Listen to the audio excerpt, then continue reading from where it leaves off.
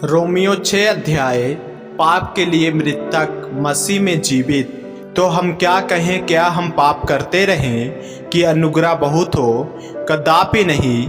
हम जब पाप के लिए मर गए तो फिर आगे को उसमें कैसे जीवन बिताएं? क्या तुम नहीं जानते कि हम सब जिन्होंने मसीह यीशु का बपतिस्मा लिया उसकी मृत्यु का बपतिस्मा लिया, अतः उस मृत्यु का बपतिस्मा पाने से हम उसके साथ गाड़े गए, ताकि जैसे मसीह पिता की महिमा के द्वारा मरे हुओं में से जिलाया गया, वैसे ही हम भी नए जीवन की सी चाल चलें। क्योंकि यदि हम उसकी मृत्यु की समानता में उसके साथ जुट गए हैं तो निश्चय उसके जी उठने की समानता में भी जुट जाएंगे। हम जानते हैं कि हमारा पुराना मनुष्यत्व उसके साथ क्रूस पर चढ़ गया, ताकि पाप का शरीर व्यर्थ हो जाए और हम आगे को पाप के दासत्व में ना रहें। क्योंकि जो मर गया वह पाप से छूटकर धर्मी ठहरा।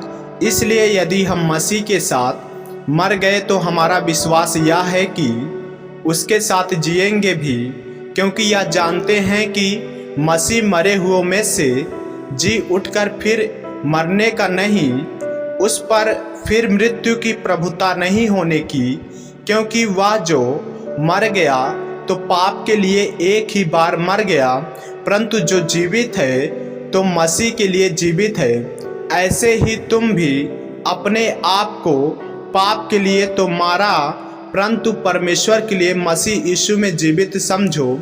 इसलिए पाप तुम्हारे नाशवार शरीर में राज ना करे कि तुम उसकी लालसाओं के अधीन रहो, और ना अपने अंगों को अधर्म के हथियार होने के लिए पाप को सौंपो, पर अपने आप को मरे हुओं में से जी उठा हुआ जानकर परमेश्वर को सौंपो, और अपने अंगों को धर्म के हथियार होने के लिए परमेश्वर को सौंपो।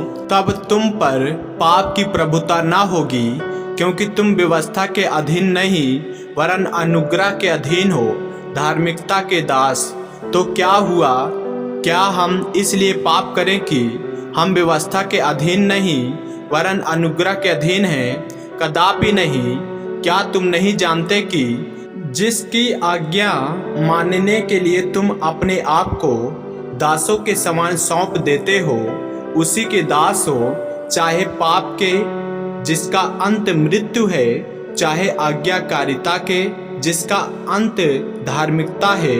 परंतु परमेश्वर का धन्यवाद हो कि तुम जो पाप के दास थे अब मन से उस उपदेश के मानने वाले हो गए जिसके सांचे में ढाले गए थे, और पाप से छुड़ाए जाकर धर्म के दास हो गए।